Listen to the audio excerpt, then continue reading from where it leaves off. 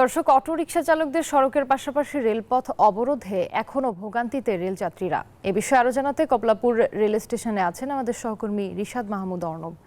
অর্ণব, এখনো কি ট্রেনের শিডিউল বিপর্যয় আছে কিনা জানাবেন, আর যাত্রীদের ভোগান্তি কেমন, কি বলছেন তারা?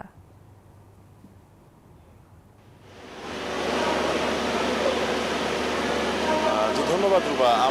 আমরা আজকে যেটা জানতে পেরেছি যে সকাল প্রায় 10টা থেকেই অটোরিকশা চালকরা ঢাকার বিভিন্ন প্রান্তে, মোহাম্মদপুর, আগারগাঁ, মিরপুর ডিস্ট্রিক্ট বিভিন্ন প্রান্তে কিন্তু অবরোধ করছে। তাদের অটোরিকশা যে দাবি ছিল, তাদের যে মেইন দাবি ছিল যে অটোরিকশা ঢাকা শহরে চলতে দেওয়া হবে। আমরা জানি যে প্রায় 12 লাখ অটোরিকশা কিন্তু ঢাকা শহরে বর্তমানে আছে বলে আমরা জানতে পেরেছি। তো হুট করে আসলে হাইকোর্টের যে নির্দেশ, তারা কিন্তু অনেকটা অমান্য করেই রাস্তায় নেমে গিয়েছেন আজকে। তো আমরা আসলে দেখতে পাচ্ছি যে সকাল থেকেই প্রায় 5 থেকে 6 ঘন্টা করে কিন্তু কমলাপুরে ট্রেনগুলো লেট করছিল, ঠিক শিডিউল বিপর্যয় হয়েছিল। আমরা আসলে এখন দেখতে পাচ্ছি যে প্ল্যাটফর্মে দাঁড়িয়ে আছে পঞ্চগড় এক্সপ্রেস, যে ট্রেনটি আসলে ছাড়ার কথা ছিল 11টার দিকে, কিন্তু এখন আমরা দেখতে পাচ্ছি যে প্রায় 12টা বেজে 15 মিনিট হয়ে যাচ্ছে, কিন্তু ট্রেনটি আসলে কিন্তু এখনও ছেড়ে যেতে পারছে না। আমরা আজ কমলাপুর স্টেশন মাস্টারের সাথে কথা বলেছি। স্টেশন মাস্টার বলেছেন যে প্রতিদিন কিন্তু কমলাপুর থেকে প্রায় 41 জোড়া যাত্রীবাহী ট্রেন ছেড়ে যায়, এর পাশাপাশি প্রায় 21 জোড়া মেইল ট্রেন ছেড়ে যায়।